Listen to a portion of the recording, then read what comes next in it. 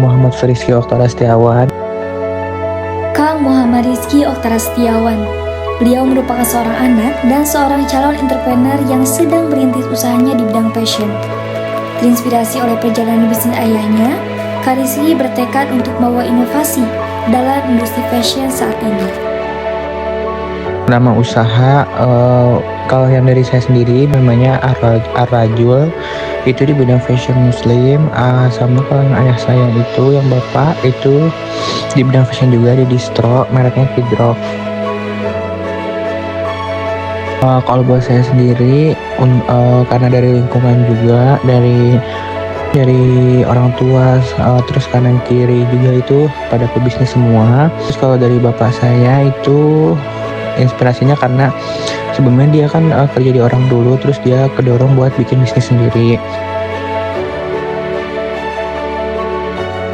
Sang ayah yang sebelumnya bekerja untuk orang lain mulai merintis usahanya sendiri setelah membangun banyak relasi.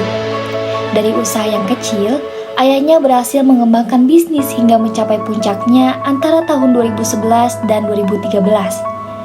Keberhasilan inilah yang menjadi inspirasi bagi Kang Rizky untuk mengikuti jejaknya dan menciptakan sesuatu yang bermanfaat bagi masyarakat. Untuk ayah saya sendiri, dulunya dia sempat kerja di orang, terus dari situ dapat banyak relasi, terus dia mulai nyoba usaha sendiri, dan akhirnya mulai sedikit-sedikit besar, dan puncaknya itu di 2009 sampai 2013. Tantangannya yang pasti kalau di bidang fashion itu, karena kan itu bisnis red ocean atau bisnis yang banyak, jadi kita harus menunjukkan unique selling point kita atau kayak uniqueness dari produk kita itu apa.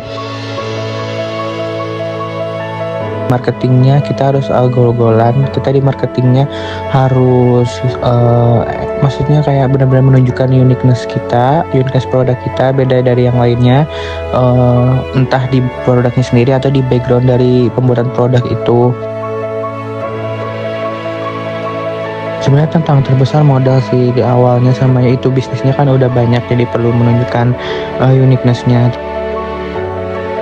Pesan dari orang tua, dari sekitar juga, kalau sebesar apapun bisnis kita, kalau nggak bermanfaat buat orang sekitar itu nggak ada gunanya kita bikin bisnis gitu. Jadi intinya bangun bisnis juga itu adalah untuk bisa bermanfaat juga untuk orang sekitar. Terus terinspirasi juga dari kisah-kisah para sahabat Rasul ya, yang beliau kaya tapi kayak beliau tidak pelit untuk sedekah. Jadi kayak kita bisa membeli surga dengan harta kita, salah satu jalan kita masuk surga gitu. Kalau jadi pebisnis itu jangan cengeng, jangan takut. Kalau di bisnis itu rugi itu pasti, tapi kalau untung itu rezeki. Jangan cengeng dan jangan takut untuk berbisnis. Kerugian adalah bagian dari perjalanan, tetapi keuntungan adalah rezeki yang harus kita syukuri tentunya.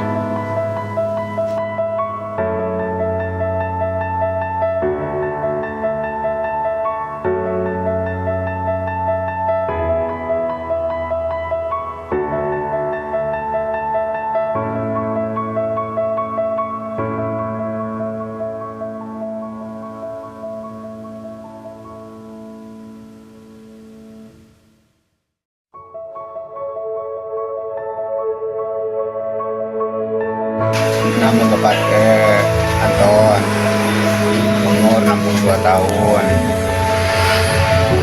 lahir Ciamis.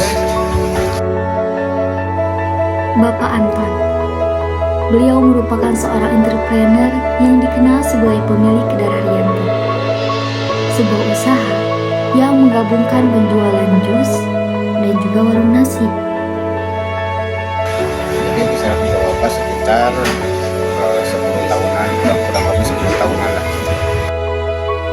Dengan pengalamannya kurang lebih 10 tahun, Bapak Anton telah membangun reputasi yang kuat di kalangan para pelanggannya.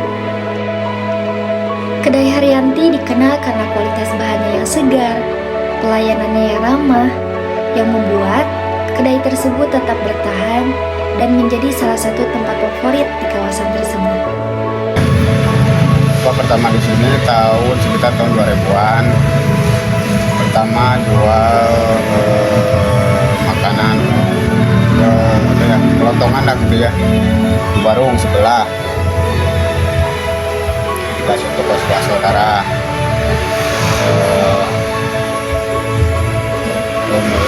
Pertama buka ini warung nasi semenjak yang punya ini Ibu Haji sudah keadaan sepuh ya.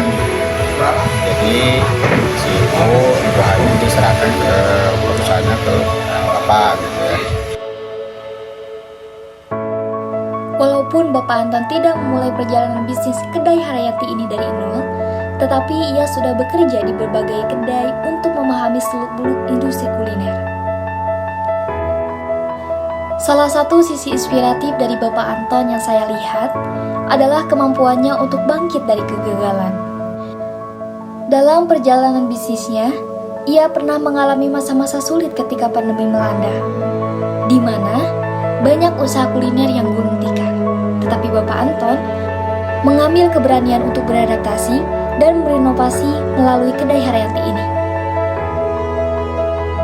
Dari Bapak Anton, kita dapat belajar bahwa kesuksesan bukan hanya tentang seberapa besar usaha kita, tetapi seberapa siapkah untuk kita belajar dari setiap kegagalan.